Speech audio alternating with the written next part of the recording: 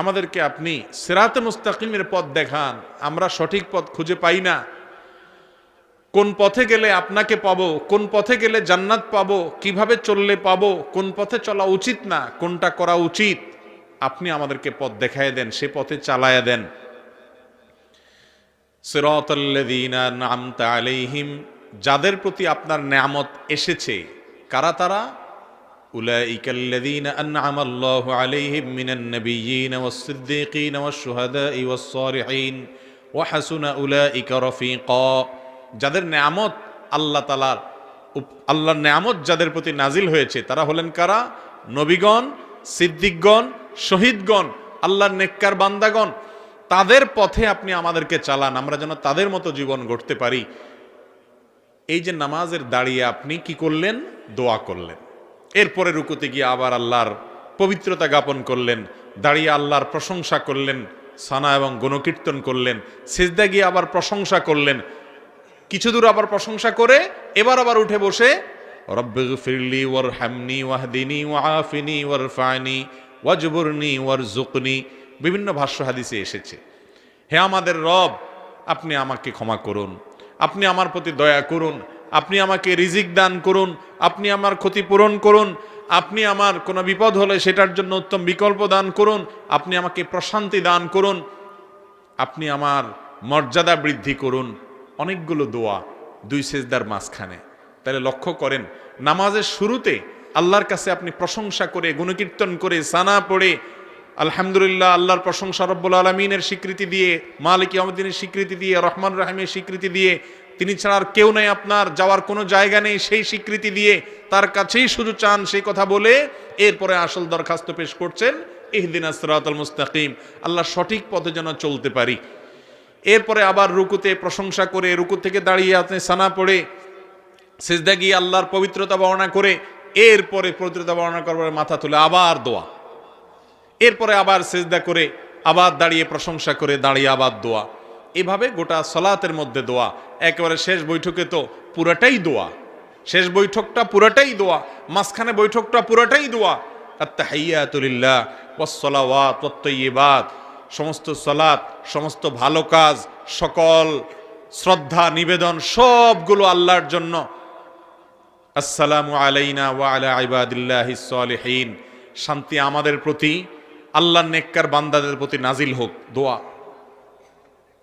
এরপরে আপনার দুরুদের মধ্যেও দোয়া, আল্লাহুম্মা সাল্লি আলা মুহাম্মদ, আল্লাহুম্মা বারিক আলা মুহাম্মদ। আল্লাহ আমাদের নবী, আপনার রাসূল মুহাম্মদ সাল্লাল্লাহু আলাইহি ওয়াসাল্লামের প্রতি রহমত নাজিল করেন, তার প্রতি বরকত নাজিল করেন, শান্তি নাজিল করেন, তার পরিবারের প্রতি নাজিল করেন, যেমন নাজিল করেছেন ইব্রাহিম আলাইহিস সালামের প্রতি, তার পরিবারের প্রতি, দোয়া।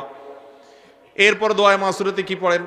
আল্লাহুম্মা ইন্নী যালামতু নাফসি, আল্লাহ নিজের প্রতি নিজে কত অবিচার করেছি, কত অন্যায় করেছি, কত পাপ করেছি, কত গুনাহ করেছি।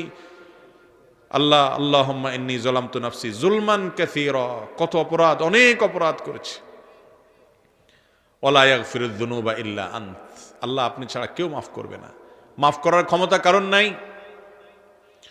ফাগফিরলি মাগফিরাতাম মিন ইনদিক, অতএব আপনার পক্ষ থেকে আপনি মাফ করে দেন। ওয়ারহামনি, আপনি রহম করেন। ইন্নাকা আনতাল গফুরুর রহিম, আপনি ক্ষমাশীল, আপনি দয়ালু। আল্লাহুম্মা ইন্নী আউযুকা মিন আযাবিল কবর, আল্লাহ আপনার কাছে কবরের আযাব থেকে পানা চাই।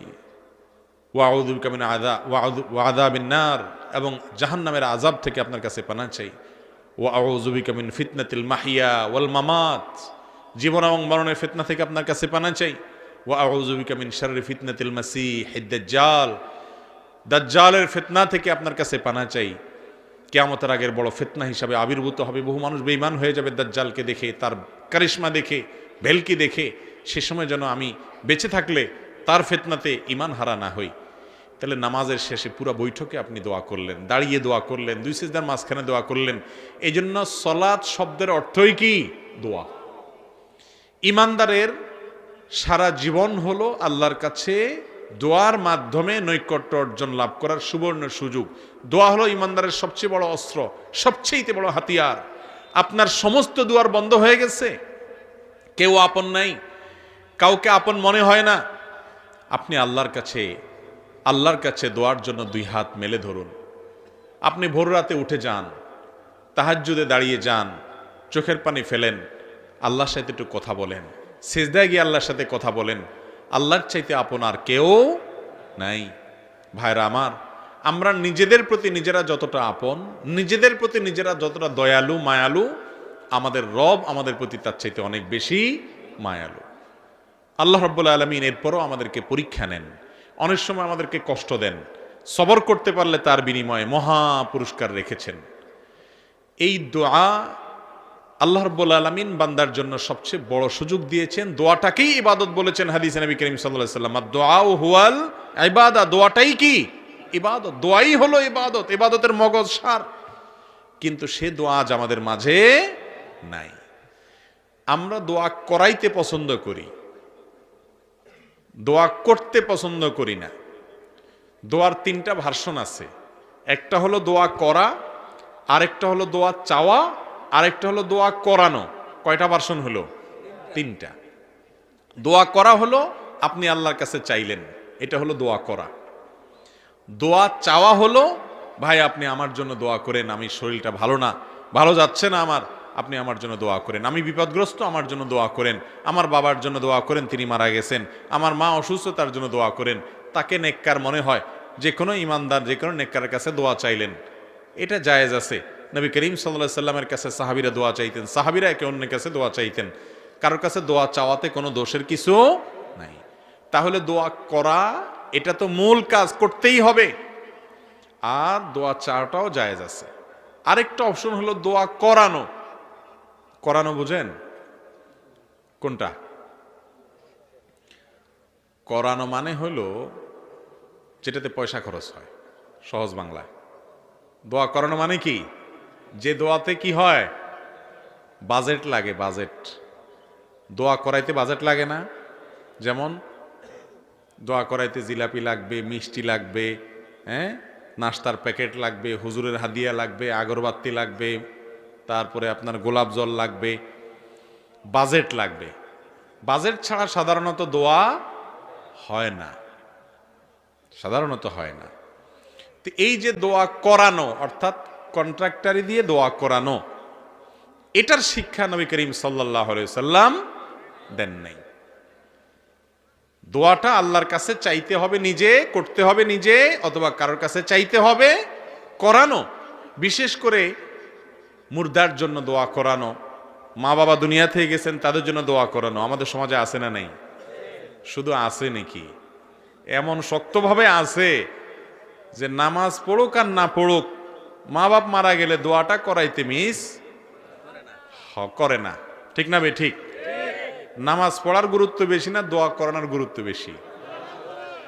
দোয়া করাইলে হুজুরের লাভ, আমাদের লাভ, ঠিক আছে, কিন্তু আপনার কি লাভ?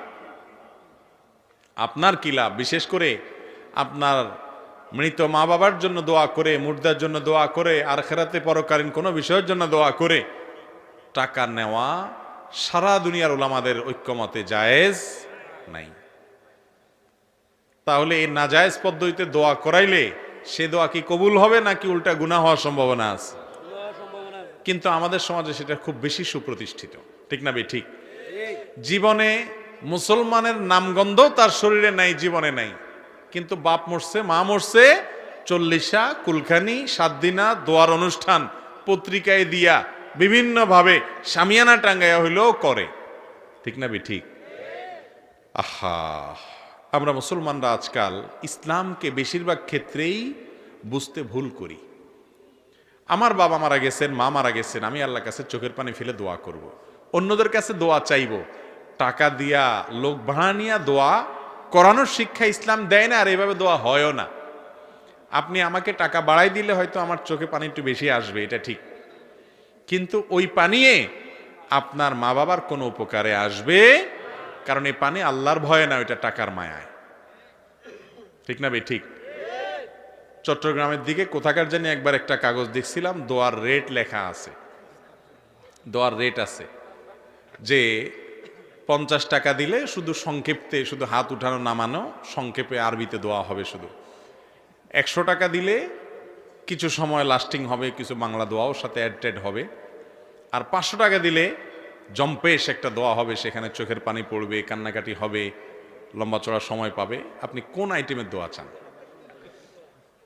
দোয়ার রকম ফের আছে না নাই? ভাইরা আমার, দোয়া ইবাদতের মগজ মূল। আমরা অনেক ভাই আছি যে নামাজের পরে নবী করিম সাল্লাল্লাহু আলাইহি সাল্লাম দোয়া দুরূদ পড়তেন, জিকির আজকার পড়তেন, সম্মিলিতভাবে সাহাবীদেরকে নিয়ে দোয়া করতেন বলে কোনো হাদিস থেকে প্রমাণ পাওয়া যায় না। তিনি নামাজের পরে দোয়া দুরূদ পড়তেন। সেই মাসআলা জানার পর যে কোনো নামাজের পরে যে দোয়া কবুল হয় এটা ভুলে গেছে, জীবনের তরে আল্লাহর কাছে হাত তোলাই ভুলে গেছে। জি তো জোর করে বলন লইছিলেন, এখন থেমে গেছেন, ঠিক না বে ঠিক? ভাইরা আমার, আল্লাহর কাছে চাইতে যদি আমরা ভুলে যাই, এটা কি লক্ষণ ভালো না খারাপ? বহুত খারাপ, বহুত খারাপ। নবী করিম সাল্লাল্লাহু আলাইহি সাল্লাম বলেছেন, তোমার জুতার ফিতাটা ছিঁড়ে গেছে, এটা তো কোনো ব্যাপার না আমাদের কাছে, ছোট্ট একটা ব্যাপার, তাই না? এখানেও দাঁড়িয়ে তুমি আল্লাহর কাছে দোয়া করো, আল্লাহ আমার জুতার ফিতাটা ছিঁড়ে গেছে মাবুদ, এটা একটা বিপদ, হোক ছোট বিপদ, আপনি আমাকে রক্ষা করেন। আল্লাহর কাছে সাহায্য চাইতে হবে এই ছোট্ট একটা বিষয়ের জন্য পর্যন্ত। সেখানে আমাদের জীবনে কত বড় বড় ব্যাপার আসে, আমরা আজকাল দোয়া করতে একেবারেই ভুলে গেছি। ভাইরা আমার, দোয়া নিয়ে দীর্ঘ আলোচনা আজকে আমি করব না, ইনশাআল্লাহ ভিন্ন কোনো সময় আমরা দোয়া নিয়ে পূর্ণাঙ্গ আলোচনা করব। আজকে শুধু আমি এটুকু বোঝাতে চাইছি যে আমরা উঠতে বসতে চলতে ফিরতে সর্বাবস্থায় আল্লাহ তাআলার কাছে দোয়া করব। যে আমলটা সবচেয়ে বেশি করতে হয়, সবচেয়ে পরিমাণে বেশি করা লাগে, সে আমলটাকে আল্লাহ তাআলা করাটাকে সহজ করে দিয়েছেন, যাতে করে বান্দা সব সময় করতে পারে। এই জন্য আল্লাহর জিকির মুখে উচ্চারণ করবেন বা মনে মনে করবেন, এটার জন্য কি ওযু শর্ত? না। বিনা ওযুতে আল্লাহর জিকির করা যায় কি যায় না? কেন? কারণ জিকিরটা সারাক্ষণ করতে হয়। প্রিয় নবী সাল্লাল্লাহু আলাইহি সাল্লামের জীবনে আপনি যদি তাকিয়ে দেখেন, সুবহানাল্লাহ, জিকির ছাড়া তার জীবনে কোনো কাজই ছিল না, পুরো জীবনই জিকির।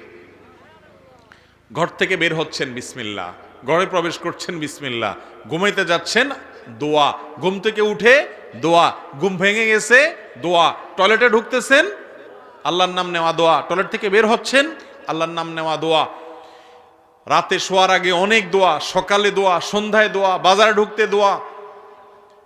এরকম ভাবে জীবনের প্রতিটা পদক্ষেপে, প্রতিটা পায়ে পায়ে, প্রতিটা কাজে কাজে দোয়া আর দোয়া, দোয়া আর দোয়া। যেহেতু সারাক্ষণ দোয়া করতে হয়, সারাক্ষণ জিকির করতে হয়, এই জন্য জিকিরেও অজু লাগে না, দোয়াতেও অজু লাগে না। অজু থাকলে ভালো, পবিত্র অবস্থা দোয়া করা অনেক বেশি ভালো, উত্তম। দোয়া কবুল হওয়ার জন্য জোরালো আশা করা যায় অজু থাকলে, কিন্তু বিনা অজুতেও দোয়া করা যায়। কেন? কারণ দোয়া এমন একটা জিনিস যেটা মানুষের সারাক্ষণ করতে হয়। একজন মানুষ শুয়ে আছেন, তিনি এই শুয়ে ঘুম আসছে না, তিনি আল্লাহর কাছে দোয়া করতে পারেন, তার নিজের জন্য, অন্যদের জন্য, জীবিতদের জন্য, মৃতদের জন্য আল্লাহর সাথে কথা বলতে পারেন। দোয়া হলো আল্লাহর সাথে কথা বলার সুযোগ। ভাইরা আমার, এই সুযোগটা আজ আমরা অনেকেই হাতছাড়া করি। ইমানদারের সবচেয়ে বড় অস্ত্রটা আজ অব্যবহৃত থেকে যায়, আমরা ব্যবহার করি না, সেটা হলো দোয়া। আল্লাহর কাছে দোয়া করবো তো ইনশাআল্লাহ সব সময়। ভাইরা আমার, দোয়া করার ব্যাপারে আমাদের একটা ভয় আছে, একটা আতঙ্ক আছে। আতঙ্কটা কি? আমরা মনে করি আমাদের দোয়া কি আর কবুল হবে, এই জন্য আমরা নিজেরা দোয়া টোয়া করি না, যে আমি দোয়া করি কি হবে, গুনাহগার মানুষ, হুজুরে 20, 50, 100, 200, 500, 1000 টাকা দিলে হুজুর দোয়ার মায়ের পেজগুলো ভালো জানেন, কত সুন্দর ছন্দের তাল মিলায়া সুর দিয়া কবিতার সাথে আপনার সুন্দর করে গোছায়া হুজুর দোয়া করেন, আমি তো এত মায়ের পেজ দিয়ে দোয়া করতে জানি না। এই কারণে আমাদের অনেক ভাই বোন নিজেরা আল্লাহর কাছে দোয়া করা থেকে মাহরুম থাকেন, বঞ্চিত থাকেন, ঠিক না বে ঠিক? ভাইরা আমার, আল্লাহ তাআলার কাছে দোয়া কবুলের জন্য খুব মায়ের পেজ দিয়ে, খুব আপনার সুন্দর গোছানো ভাষা দিয়ে, খুব আবেগ সৃষ্টি হয় সেরকম সুরের তালে তালে, ছন্দের তালে তালে দোয়া করতে হবে, এমন কোন শর্ত কোরআন হাদিসের কোথাও বলা হয় নাই। দোয়া কবুলের জন্য মূল যে বিষয়টা লাগবে সেটা কি?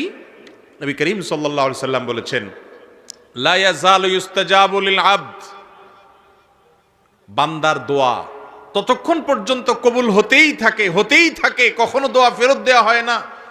মা লাম ইয়াদউ বিইসমিন আও কাতিআতি রাহমিন, যদি কোনো পাপের দোয়া না করে, অন্যায় কাজের জন্য দোয়া করে, আল্লাহ আমি যেন এই আকামটা করতে পারি তৌফিক দান করো, এরকম যদি দোয়া না করে, আর আত্মীয়তার বন্ধন ছিন্ন করার জন্য দোয়া যেন না করে, আল্লাহ অমুকের চেহারা যেন আমি আর না দেখি, তার সাথে আমার কোনো সম্পর্ক যেন আর না থাকে, আত্মীয় স্বজনের সাথে এরকম সম্পর্ক ছিন্ন হওয়ার মতো খারাপ দোয়া যদি না করে, পাপের কোনো অপরাধ কাজের জন্য আল্লাহর কাছে যদি দোয়া করার স্পর্ধা না দেখায়, আত্মীয়তার সম্পর্ক ছিন্ন করার যদি দোয়া না করে, এবং তাড়াহুড়ো যদি না করে, এই 3 কাজ যদি করে, বান্দার দোয়া আল্লাহ অবশ্যই কবুল করেন।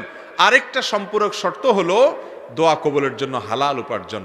যার উপার্জন হালাল, যার দেহ গঠিত হয়েছে হালাল খাদ্য দ্বারায়, আল্লাহ তাআলা তার দোয়া ফেরত দেন না। আপনি দোয়া করতে চান, হালাল উপার্জনটার দিকে খেয়াল রাখেন। দোয়ার শুরুতে আল্লাহর প্রশংসা করেন, নবী করিম সাল্লাল্লাহু আলাইহি ওয়াসাল্লামের প্রতি দুরূদ প্রেরণ করেন, আল্লাহ আপনি তার প্রতি রহম করেন, এভাবে দোয়া করেন। এরপরে যত বৈধ চাওয়া আছে সেগুলো পেশ করেন। দোয়ার করে শেষ করার পর কবুল হলো না কেন, দোয়া এখনো কবুল হয় নাই, অস্থির হবেন না। যদি অস্থির হন, তাড়াহুড়া করেন, তাহলে সেই দোয়ার কোনো লাভ আপনি পাবেন না। দোয়া কবুলের 3টা ধাপ আছে ভাই। একটা ধাপ হলো আপনি যে জিনিসটা চাইছেন হুবহু সেই জিনিসটাই পেয়ে গেলেন, এটা একটা। আরেকটা হলো যে জিনিসটা চাইছেন সেই জিনিসটা পাইলেন না, তাহলে কি পাইলেন? অন্য আরেকটা পাইলেন। অন্য যেটা পাইছেন সেটা আপনার আল্লাহর কাছে চান নাই। অনেক সময় সন্তান, ছোট বাচ্চারা মা বাবার কাছে যেটা চায় তার চাইতে দরকারি জিনিসটা তার দরকার আছে, সে বুঝে না, তখন মা বাপ ঠিকই যেটা দরকার সেটা দিয়ে দেয়। ঠিক না বে ঠিক?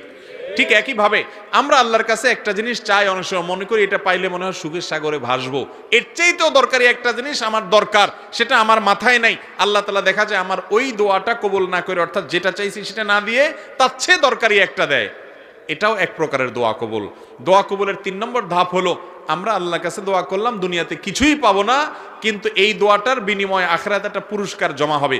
ওই পুরস্কার পাওয়ার পরে বান্দা বলবে, আল্লাহ দুনিয়াতে কোনো দোয়া কবুল না হয়ে আজকে যদি সবগুলোর জন্য সওয়াব পাইতাম, তাহলে সেটাই আমার জন্য বেটার হইতো, ভালো হইতো। দুনিয়ার দোয়া যে কবুল হয়েছে সেটা তো মৃত্যুর সঙ্গে সঙ্গে দোয়ার যে উপকারিতা শেষ, আখিরাতে যেটা জমা আছে এটা তো অনন্ত অসীম কাল পর্যন্ত আমি ভোগ করতে পারবো। এই জন্য ইমানদার দোয়া করার পর কবুল হইল না কেন, দেরি হইল কেন, কবুল হচ্ছে না কেন, অস্থির হবে না, নিরাশ হবে না। দোয়া এই কথা চিন্তা করে যে কবুল হয় না তাহলে ছেড়ে দেই, এই চিন্তা করে দোয়া ছেড়ে দিবে না। এরকম যদি দোয়া করতে থাকে, আস্থা থাকে যে দোয়া কখনো বিফলে যাবে।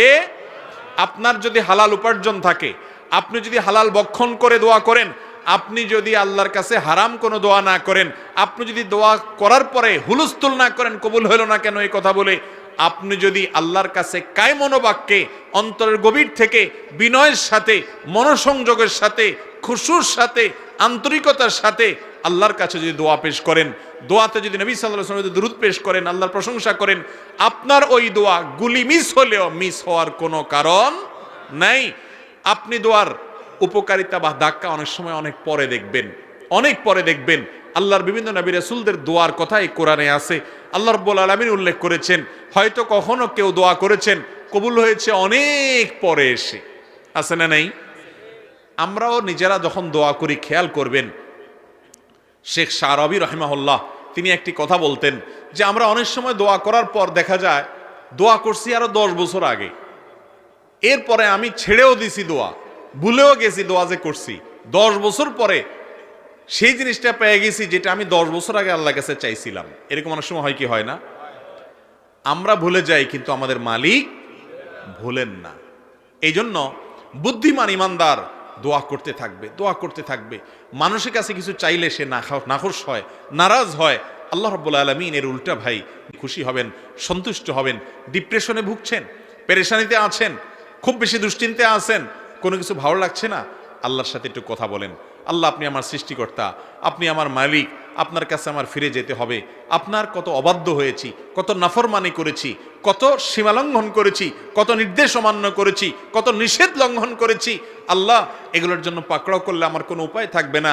মালিক এখনো নাকের ডগা নিঃশ্বাস আছে, এখনো ক্ষমা চাওয়ার সুযোগ আছে, আপনি ক্ষমা চাইলে ক্ষমা করে দেন। আমি তওবা করছি, আর কখনো নির্লজ্জ কাজ করব না, আপনার নাফরমানি করব না। আপনি আমার অমুক পাপটা মাফ করে দেন, তমুক পাপটা মাফ করে দেন, আমাকে পাপ থেকে বাঁচায় রাখেন। আল্লাহ আপনি আমাকে হেফাজত করেন, আপনি হেফাজত না করলে আমি নিজে নিজে বাঁচতে পারবো না। মালিক আপনি রহম করেন।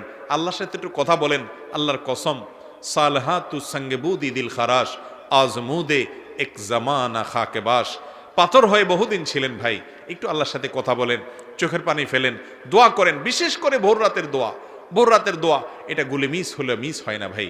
ডক্টর খন্দকার আব্দুল্লাহ জাহাঙ্গীর রহমাল্লাহর এক বক্তব্য বলছিলেন যে আল্লাহর এক বান্দা ঢাকা শহরে তার একটা বড় দামি জমি অ্যাসেট আছে, এই অ্যাসেটটা কেউ বেদখল করে রাখছে, ঝামেলা করছে, কোনোভাবে সমাধান করতে পারছেন না, বিভিন্ন জায়গায় গেছে, তাবিজ কবজ অনেক কিছু অনেকে দিচ্ছেন, কিন্তু উপকারে আসে নাই। তো স্যার রহমাহুল্লাহর বক্তব্যে বলেছেন যে আমার কাছে একবার এসে বলেছেন যে আপনি একটু বলেন তো কি আমল করব। তো স্যার তাকে শিখাই দিলেন যে আপনি তাহাজ্জুদের সময় উঠবেন, আল্লাহর কাছে সুন্দর করে দুই রাকাত করে লম্বা সময় নিয়ে ধীরে ধীরে রুকু সিজদা বড় করে করে আপনি একটু নামাজ পড়বেন। এরপর তাহাজ্জুদের পরে আল্লাহর সামনে হাত তুলে চোখের পানি ফেলে নিজের অসহায়ত্বের কথা স্বীকার করে, আল্লাহ আমার কেউ নাই, আমার কোনো বড় পাওয়ারফুল ব্যক্তি নাই, বড় কোনো হ্যালো বলার লোক নাই, পয়সা কড়ি নাই, গায়ের জোর নাই, আল্লাহ আমি দুর্বল, কিন্তু আমি আপনার গোলাম, একটা পরিচয় আমার আছে, আপনি আমার মালিক, আপনি আমাকে হেফাজত না করলে কেউ করেন না। একটু ভালো করে দোয়া করেন, চোখের পানি ফেলেন, সেজদায় গিয়ে লুটিয়ে পড়ে আল্লাহর কাছে দোয়া করেন। আকরাবু মা ইয়াকুনুল আবদু মির রাব্বিহি ওয়া হুয়া সাজিদ, বান্দা সবচেয়ে আল্লাহর কাছে যেতে পারে যখন সেজদায় চলে যায়, ওই জায়গায় গেলে দোয়া করেন। লোকটা সেভাবে দোয়া করলেন। স্যার রাহিমাহুল্লাহ তার বক্তব্যে বলেছেন যে কিছুদিন পরেই সে লোকটা আমার কাছে এসে বললেন যে আল্লাহ রাব্বুল আলামিন আমাকে অলৌকিকভাবে, অবিশ্বাস্যভাবে আমাকে আল্লাহ তাআলা আমার এই বিপদ থেকে উদ্ধার করে দিয়েছেন এই দোয়ার মাধ্যমে। আমরা দোয়া করবো না আল্লাহর কাছে ইনশাআল্লাহ? দোয়া আজকে বিদায় হয়ে গেছে ভাই, দোয়া আমরা এখন আর করি না। উঠতে বসতে মুখে দোয়া তো পড়বই, আর বিশেষভাবে আল্লাহর কাছে লম্বা সময় নিয়ে একটু কথা বলবো। প্রতিদিন একটা বার অন্তত আল্লাহর সাথে একটু কথা বলতে হবে, চেষ্টা করবো না আমরা সবাই ইনশাআল্লাহ? আল্লাহ তাআলা আমাদের সবাইকে তৌফিক দান করুন। দোয়ার ক্ষেত্রে কোরআন এবং হাদিস যে ফরম্যাট শিক্ষা দিয়েছে, সেই ফরম্যাটের দোয়াগুলোকে আপনি যদি করেন সবচাইতে বেটার, সবচেয়ে উত্তম, কবুল হওয়ার সবচাইতে বেশি সম্ভাবনা, কারণ এই ফরম্যাটটা স্বয়ং আল্লাহর পক্ষ থেকে প্রাপ্ত, রাসূল আকরাম সাল্লাল্লাহু আলাইহি ওয়াসাল্লামের তরফ থেকে প্রাপ্ত। নবীজির সেখানে দোয়াগুলো বেশি বেশি পড়বেন। আমরা অনেক সময় দেখি বিভিন্ন ওজিফার বই পড়ে অনেক মহিলারা, মা বোনরা, দাদি চাচিরা, অনেক মুরব্বীরা, এই সমস্ত ওজিফার বইতে যেসব দোয়া লেখা আছে, এই দোয়াগুলো না কোরআনে বর্ণিত না হাদিসে বর্ণিত। এমনিতে যে কোনো ভাষায় দোয়া করা যায়, আপনি আল্লাহর কাছে বাংলা দোয়া করলেও আল্লাহ কবুল করবেন। আপনার মনে মনে কি বলছেন সেটাও আল্লাহ তাআলা বুঝেন, ওই হুজুর দোয়ার মায়ের পেজ বুঝে আপনি বুঝেন না, তারপরও আল্লাহ তাআলা আপনার দোয়া কবুল করবেন। আপনি গুনাহগার, আপনার দোয়া কি কবুল হবে এই চিন্তা করে যারা দোয়া থেকে দূরে থাকছেন, নিশ্চিত থাকেন আপনাকে দূরে রাখছে স্বয়ং ইবলিস। কারণ ইবলিস জানে দোয়ার মাধ্যমে আপনি পাতাল থেকে আকাশে উঠে যাবেন, দোয়ার মাধ্যমে আপনি জাহান্নামী থেকে জান্নাতি হবেন, দোয়ার মাধ্যমে আপনার সাথে আল্লাহর সম্পর্ক গাঢ় হবে, দোয়ার মাধ্যমে আপনার ঈমান মজবুত হবে, দোয়ার মাধ্যমে আপনার ইবাদত প্রকৃত অর্থে ইবাদত হবে। এই জন্য ইবলিস আপনাকে দোয়া থেকে দূরে রাখানোর জন্য, দোয়া থেকে মাহরুম করার জন্য, বঞ্চিত রাখার জন্য আপনাকে নিরাশ করে দেয়, বলে যে না তোর দোয়া কি কবুল হতে, এত পাপ করছস, এত গুনাহ করছস, তোর দোয়া কি কবুল হবে, এরকম ইবলিস বলে কি বলে না? একটা ঘটনা আপনাদেরকে বলি।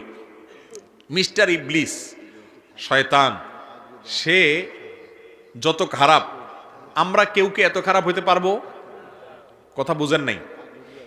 আমরা যত খারাপ হই ইবলিসের চাইতে বেশি খারাপ হতে পারবো? সেই ইবলিস যখন আল্লাহ রাব্বুল আলামিন তার উপরে অসন্তুষ্ট, রাগান্বিত, আদমকে সিজদার নির্দেশ করার পর সে ডিনাই করেছে, আল্লাহর সামনে সরাসরি বিদ্রোহ করেছে, আল্লাহর হুকুমকে লঙ্ঘন করেছে। এই মুহূর্তে আল্লাহর রাগান্বিত অবস্থায় সে আল্লাহর কাছে দোয়া করে বসছে। ইবলিস দোয়া করছে, বুঝেন কি দোয়া করছে?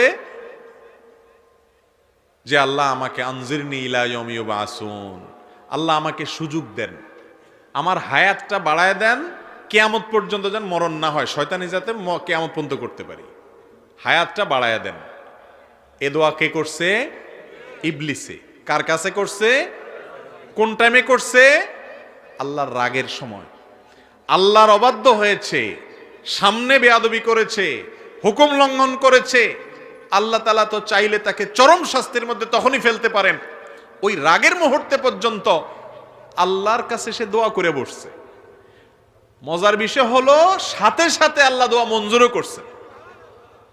মঞ্জুর করছেন না করেন নাই? এরপরের আয়াত কি? ইন্নাকা মিনাল মুনজারিন, যাও তোমাকে ছাড় দিলাম, সুযোগ দিলাম, তুমি কিয়ামত পর্যন্ত হায়াত পাইবা, তোমার মৃত্যু আসবে না। সবাই মরবে, মানুষ মরবে, তুমি মরবা না, তুমি কিয়ামত পর্যন্ত বেঁচে থাকবা। তাহলে ইবলিস যদি আল্লাহর রাগের সময় আল্লাহর কাছে দোয়া করে সাথে সাথে দোয়া মঞ্জুর করাইতে পারে, আপনার আমার দোয়া কবুল হবে কি হবে না ইনশাআল্লাহ? এরপরে যদি কেউ আল্লাহর কাছে দোয়া করতে ইতস্তত বোধ হয়, যদি দোয়া করতে দ্বিধা হয়, যদি দোয়া করতে সংশয় হয়, তার চাইতে কপাল পড়া আর কেউ হতে। ইবলিসের দোয়া যদি কবুল করে, আপনি আল্লাহর ইমানদার বান্দা, হয়তো ভুল ত্রুটি করেছেন কিন্তু আপনি বেঈমান না, আপনি কাফের না, আপনি ইবলিসের মতো খারাপ হতে পারবেনও না, তার চাইতে হাজার লাখো গুণ ভালো আপনি আল্লাহর প্রিয় বান্দা, আল্লাহর আদরের বান্দা। আপনি আল্লাহর কাছে দোয়া করলে আল্লাহ দোয়া অবশ্যই শুনবেন ইনশাআল্লাহ। দোয়া করবো তো ইনশাআল্লাহ। তো যে কথা বলছিলাম, দোয়া করার ক্ষেত্রে কোরআন যে দোয়াগুলোর কথা বর্ণনা করেছে, বিভিন্ন নবীদের দোয়ার কথা কোরআনে আছে, যে তারা এই ভাষায় দোয়া করেছেন, এই শব্দে দোয়া করেছেন, এই কথাগুলো দিয়ে দোয়া করেছেন, আল্লাহ রাব্বুল আলামিন সেগুলোর উল্লেখ করেছেন। সেগুলো দিয়ে যদি আল্লাহর কাছে দোয়া করেন, তাহলে সেই দোয়া কবুল হওয়ার সম্ভাবনা অনেক বেশি। ঠিক তেমনি ভাবে নবী করিম সাল্লাল্লাহু আলাইহি সাল্লাম যে দোয়াগুলো শিক্ষা দিয়েছেন, সকাল সন্ধ্যা সেগুলো পড়বেন, রাতের ওজিফা হিসাবে সেরকম হাদিসে বর্ণিত দোয়াগুলো পড়বেন, ওইগুলো কবুল হওয়ার সম্ভাবনা অনেক বেশি। আর ওজিফার কোনো দোয়া যদি থাকে, সেগুলোর অর্থের মধ্যে খারাপ কিছু যদি না থাকে, পড়তে পারেন, কিন্তু আপনার সামনে এ ক্লাসের সুযোগ আছে, কোরআনের দোয়া, হাদিসের দোয়া যেটা কবুল হয়ে গেছে অলরেডি, সেগুলো কবুল হওয়া দোয়াগুলোকে আপনি বেশি বেশি পাঠ করবেন, সেটা হলো অধিক বুদ্ধিমানের কাজ। আমি 3টি দোয়ার কথা আপনাদেরকে শুনাই। কোরআনে কারিমে সেগুলোর উল্লেখ করে আল্লাহ তাআলা আবার সাথে সাথে সার্টিফিকেট দিয়ে দিয়েছেন এবং বলেছেন, এই দোয়াগুলো আমার নেককার বান্দারা আমার কাছে করেছে, আমি সেগুলোকে মঞ্জুরও করে দিয়েছি। সেই রকম 3টা দোয়া আমরা যদি আমাদের জীবনে পাঠ করি, জীবনের সকল সমস্যার জন্যই কিন্তু এই 3টা দোয়া ঘুরে ফিরে আমাদের প্রযোজ্য হবে। তার একটা হলো, কঠিন বিপদে, কঠিন মুসিবতে রক্ষার যখন কোনো পথ খোলা নেই, দেয়াল যখন পিঠের সাথে লেগে গেছে, এরকম সময়ে আমরা দেখেছি আল্লাহর একজন নবী ইউনুস আলাইহিস সালাম আল্লাহর কাছে কিছু বাক্য বলে প্রার্থনা করেছেন, আল্লাহ তাআলা তাকে বিপদ থেকে উদ্ধার করেছেন। কি দোয়া ছিল সেটা? ফানাদা ফিজ জুলুমাত, মাছের পেটে থেকে, অন্ধকারের মধ্যে থেকে, যেখানে মৃত্যু সুনিশ্চিত, সেই জায়গায় তিনি সেই অবস্থায় আল্লাহর কাছে দোয়া করেছেন, আল্লাহ ইলাহা ইল্লা আনতা সুবহানাক ইন্নী কুনতু মিনাজ জালিমিন। দোয়া করে বলেছেন, আল্লাহকে আহ্বান করে ডেকে বলেছেন, ও আল্লাহ, লা ইলাহা ইল্লা আন্ত, আপনি ছাড়া কেউ সত্যিকারের মাবুদ নেই, ইন্নী কুনতু মিনাজ সুবহানাক, আপনার পবিত্রতা বর্ণনা করছি, ইন্নী কুনতু মিনাজ জালিমিন, আমি হলাম জালিমদের অন্তর্ভুক্ত, আমি নিজের প্রতি নিজে অবিচার করেছি, আমি নিজে ভুল করেছি। আল্লাহর কাছে এই দোয়া করে, এই বাক্যগুলো বলে আল্লাহর কাছে দোয়া করেছেন কে? ইউনুস আলাইহিস সালাম। লা ইলাহা ইল্লা আনতা সুবহানাকা ইন্নী কুনতু মিনাজ জালিমিন। আল্লাহ তাআলা এই দোয়া উল্লেখ করার পর বলছেন, ফাস্তাজাবনা লাহ ওয়া নাজ্জাইনাহু মিনাল গাম। এই দোয়া করার পর আমি তার ডাকে সাড়া দিয়েছি, ইউনুসের ডাকে সাড়া দিয়েছি এবং তার বিপদ থেকে তাকে উদ্ধার করেছি। এর পরের অংশটা বেশি গুরুত্বপূর্ণ আমাদের জন্য। এরপরে আল্লাহ বলছেন, ওয়াকাযালিকা নুনজিল মুমিনিন, যেভাবে ইউনুস আলাইহিস সালামকে রক্ষা করেছি, একইভাবে ঈমানদারদেরকে, কিয়ামত পর্যন্ত আগত ঈমানদারদেরকে বিপদ থেকে রক্ষা করব এই দোয়ার মাধ্যমে। কোন দোয়ার মাধ্যমে? দোয়া ইউনুসের মাধ্যমে। যে কোনো বিপদে পড়ে গেছেন, কোরআনে বর্ণিত কবুল হওয়া দোয়া, নিশ্চিত আল্লাহর কাছে গ্রান্টেড কবুল হওয়া দোয়া, আল্লাহর নবীর দোয়া আল্লাহ কবুল করেছেন, সেটা আল্লাহ জানিয়েও দিয়েছেন। আবার ঈমানদার বান্দারা করলে সেটাও কবুল করবেন, ওয়াদা করেছেন। শুধু তিনি ওয়াদা করছেন তা নয়, নবী করিম সাল্লাল্লাহু আলাইহি সাল্লাম বলেছেন, আল্লাহর কোন বান্দা যখন ইউনুস আলাইহিস সালাম এর দোয়া, লা ইলাহা ইল্লা আনতা সুবহানাকা ইন্নী কুনতু মিনাজ জালিমিন, এটা মূলত আল্লাহর প্রশংসা মাখা একটা বাক্য, যেটার মাধ্যমে দোয়াও লুকায়িত আছে, আল্লাহর কাছে প্রার্থনা আছে এর মধ্যে অন্তর্নিহিতভাবে। এই বাক্যের মাধ্যমে যে ব্যক্তি দোয়া করে, নবী করিম সাল্লাল্লাহু আলাইহি সাল্লাম বলেছেন, সে দোয়া কবুল না হয়ে পারে না। তাহলে যে কোনো বিপদ আপদে কোরআনের একটা কবুল হওয়া দোয়া আপনি পাঠ করতে পারেন, সেটা হলো ইউনুস আলাইহিস সালামেরটা। সেই বাক্য হলো, আল্লাহকে ডেকে বলবেন, ও আল্লাহ, লা ইলাহা ইল্লা আন্ত সুবহানাকা ইন্নী কুনতু মিনাজ জালিমিন। মানুষের জীবনে আরেকটা বড় সমস্যা হলো অসুখ বিসুখ, দুরারোগ্য ব্যাধি, এমন মুসিবত, এমন অসুখ যে অসুখ থেকে আরোগ্য লাভের কোনো উপায় আমরা খুঁজে পাচ্ছি না। সাধারণ চিকিৎসা আমরা গ্রহণ করব সুন্নাত। নবী করিম সাল্লাল্লাহু আলাইহি সাল্লাম বলেছেন তোমরা চিকিৎসা গ্রহণ করো, রোগ হলে ঔষধ সেবন করো। আপনার কোন দুষ্ট জিনের প্রভাব যদি আপনার মধ্যে হয়ে থাকে বলে প্রমাণিত হয়, তাহলে আপনি কোরআন হাদিসের আলোকে ঝাড়ফুঁক করেন, ঠিক আছে, এগুলা গ্রহণ করেন। তবে মূল কাজ ওই আসল জায়গায় দরখাস্ত করে রাখেন, কারণ মঞ্জুর হবে সেখান থেকে। আর সেটার জন্য আল্লাহ নবী আইয়ুব আলাইহিস সালামের একটা দোয়া আল্লাহর খুব পছন্দ হয়েছে, কোরআনে সেটা উল্লেখ করেছেন। ওনার দোয়াটাও আল্লাহ তাআলা কবুল করেছেন। তিনি কি বলেছেন? তিনি বলেছেন আন্নী মাসসানিয়াদ-দুররু ওয়া আনতা আরহামুর রাহিমিন। তার অসুখটা ছিল অনেক মারাত্মক অসুখ, অনেক কষ্টের অসুখ, যে অসুখের কারণে তার কষ্টের শেষ সীমানায় তিনি পৌঁছে গেছেন। এত কষ্ট, এত যন্ত্রণা, এত অসুখ, এটা থেকে রক্ষার জন্য তিনি বলেছেন রব্বি আন্নী মাসসানিয়াদ-দুর, ও আল্লাহ আমার কষ্ট আমাকে পেয়ে বসেছে, কষ্ট পেয়ে বসেছে, আমার অনেক কষ্ট আল্লাহ, অনেক অসুখ। ওয়া আনতা আরহামুর রাহিমিন, অথচ আপনি সকল দয়ালুদের মধ্যে শ্রেষ্ঠ দয়ালু, অর্থাৎ আমার প্রতি রহম করেন। এটা বলার পর আল্লাহ বলছেন ফাস্তাজাবনা লাহু ফাকাশাফনা বিহি মা বিহি মিন দুর। এই দোয়া করার পর আমি তার দোয়া কবুল করেছি এবং তার বিপদকে দূর করেছি। তাহলে অসুখ বিসুখ হলে আইয়ুব আলাইহিস সালামের দোয়াটা করবেন। সেটা কি? আন্নী মাসসানিয়াদ-দুররু ওয়া আনতা আরহামুর রাহিমিন, তোমার রব্বি আন্নী মাসসানিয়াদ-দুররু ওয়া আনতা আরহামুর রাহিমিন। হে আল্লাহ আমার অসুখে পেয়ে বসেছে, অনেক কষ্ট হচ্ছে, আপনি আরহামুর রাহিমিন, আপনি সবচেয়ে বড় দয়ালু। মুস্তাদরাকে হাকিমে একটা বর্ণনা পাওয়া যায়, সেই বর্ণনা সম্পর্কে মুহাদ্দিসরা অনেকে দাঈফ বলেছেন, কিন্তু বর্ণনার যে মূল মর্ম সেটা ঠিকই আছে, বিশুদ্ধ বিভিন্ন হাদিসের আলোকে বর্ণিত, এই আয়াতের আলোকে বর্ণিত। তা হলো বান্দা যখন আল্লাহর কাছে হে আরহামুর রাহিমিন এরকম বলে এরপরে চায়, মনের চাওয়াগুলো পেশ করে, গোছায় বলতে না পারলেও আল্লাহ কবুল করবেন। আপনি কিছু না বলতে পারেন, শুধু কাঁদেন আর মনে মনে আল্লাহকে বলেন আল্লাহ আলিমুম বিজাতি সুদূর, মনের খবরও রাখেন, দোয়া কবুল হবে ইনশাআল্লাহ। নিজেরা দোয়া করতে হবে ভাই।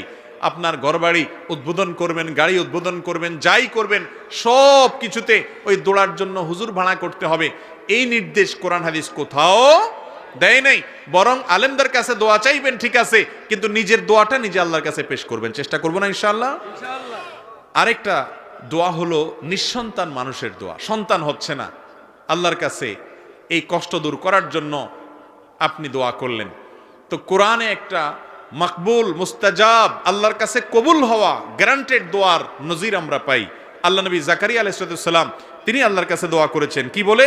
ওয়া জাকারিয়া ইয নাদা রাব্বাহ রব্বি লা তাযারনি ফারদা ওয়া আনতা খায়রুল ওয়ারিসিন।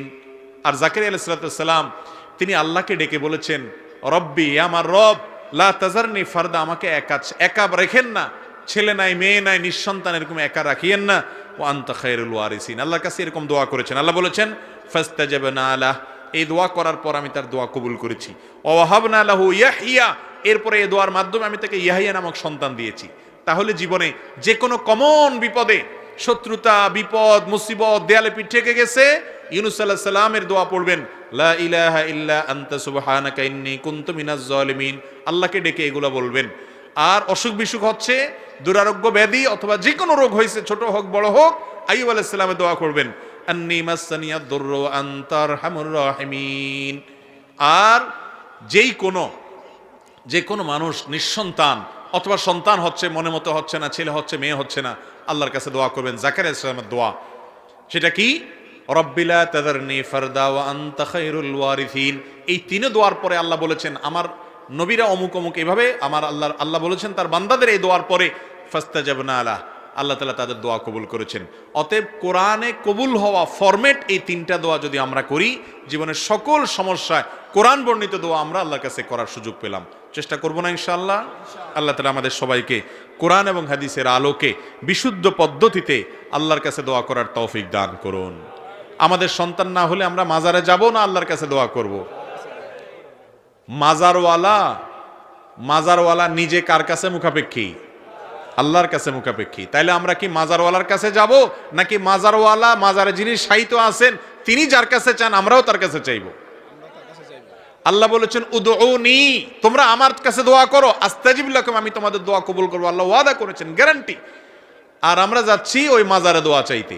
আল্লাহ কি কোরআনে কোথাও বলছেন তোমরা মাজারে